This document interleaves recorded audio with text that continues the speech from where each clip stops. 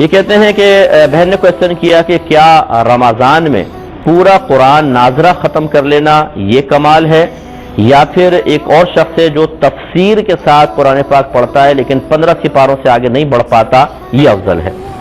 میری بہن، آپ 15 سپاروں کی بات کر رہی ہیں، میں بالکل وثوق اور دلائل کے ساتھ ثابت کر سکتا ہوں کہ قرآن عظیم کے ایک رکوع کو اگر آپ ترجمہ اور تفسیر کے ساتھ پڑھ کر اچھی طرح سمجھیں، یہ آپ کے 50 قرآنوں پر بھاری ہے۔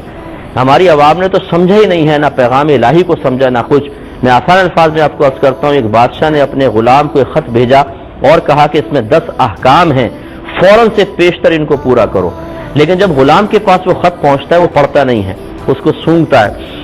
کیا خوشبو ہے، کتنا پیارا لکھا ہوا ہے، کیا پیارا کاغذ ہے، کیا نفیس فرمان ہے۔ پھر اس کو لپیٹ کے ایک ریشم کے کپڑے میں رکھتا ہے، اس پہ عطر لگاتا ہے اور اوپر رکھ دیتا ہے، روزانہ اس کو اتارتا ہے، چومتا ہے، آنکھوں سے لگاتا ہے،